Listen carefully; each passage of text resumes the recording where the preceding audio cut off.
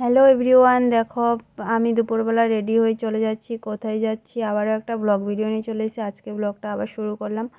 আর এই যে দেখো আমি রেডি হয়ে জেঠুদের বাড়িতে চলে যাচ্ছি। মানে আমাদের জেঠুদের বাড়িতে নিমন্ত্রণ ছিল বৈষ্ণব সেবা, তো ওই জন্য আমাকে আর মাকে বলেছিল যাওয়ার জন্য। তাই আমরা যে দুপুরবেলা আর যা ঠান্ডা পড়েছে, ওদিকে রোদ, বাইরে বেরোলে রোদ আর ঘরের ভিতরে এত ঠান্ডা লাগে কি বলবো বন্ধুরা।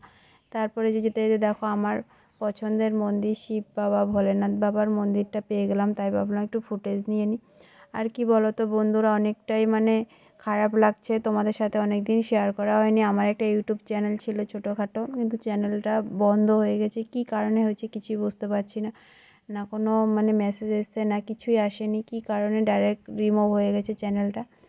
তারপর এই জন্য আমার অনেক মন খারাপ। এখন আমি আরেকটা মানে চ্যানেলে ভিডিও করি, মানে এটা আমি অবশ্য মানে এখনও অনেকটাই ছোট, কিন্তু কিছু কিছু মানে অল্প স্বল্প ভিউজ আসে ভিডিওটার মধ্যে, কিন্তু এখনও সাবস্ক্রাইব কিছুই হয়নি। ওই চ্যানেলটা মোটামুটি আমার 600-র মতো সাবস্ক্রাইব হয়ে গেছিলো, কিন্তু ভীষণ খারাপ লাগে। কী বলবো, যদি ভাগ্য খারাপ হয় কী করা যায় বলো বন্ধুরা।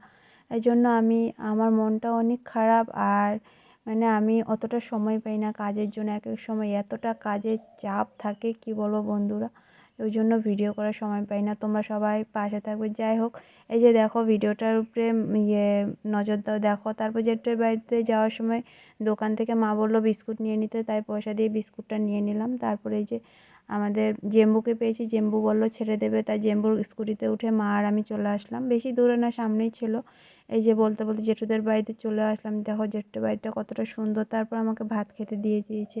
মেনুতে অনেক কিছুই ছিল, কিন্তু অনেক লোক ছিল, ওই জন্য আর ভিডিওটা মানে কন্টিনিউ করা হয়নি। তারপর দেখো জেঠুদের বাড়িটা কতটা সুন্দর, ভেতরটা দেখো কি সুন্দর লাগছে। ওখানে গিয়ে একটা মানে অনেক সুন্দর একটা আয়না দেখেছি, মানে যেটা আমি ভিডিও না করে থাকতে পারলাম না। অনেক পছন্দের, দেখো কতটা সুন্দর লাগছে দেখতে।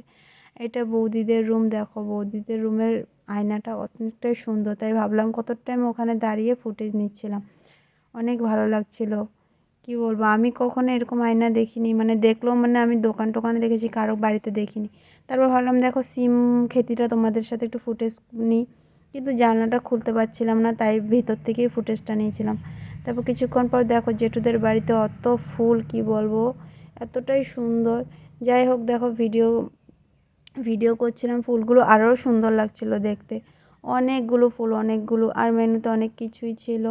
বরবটি ভাজি, ডাল, তারপর লাউ তরকারি, তারপর আরেকটা নিরামিষ তরকারি, সব কিছু মিলিয়ে। তারপর আবার পনির মটর দিয়ে আলু দিয়ে তরকারি, আরেকটা তরকারি ছিল কচু দিয়ে আলু দিয়ে তরকারি।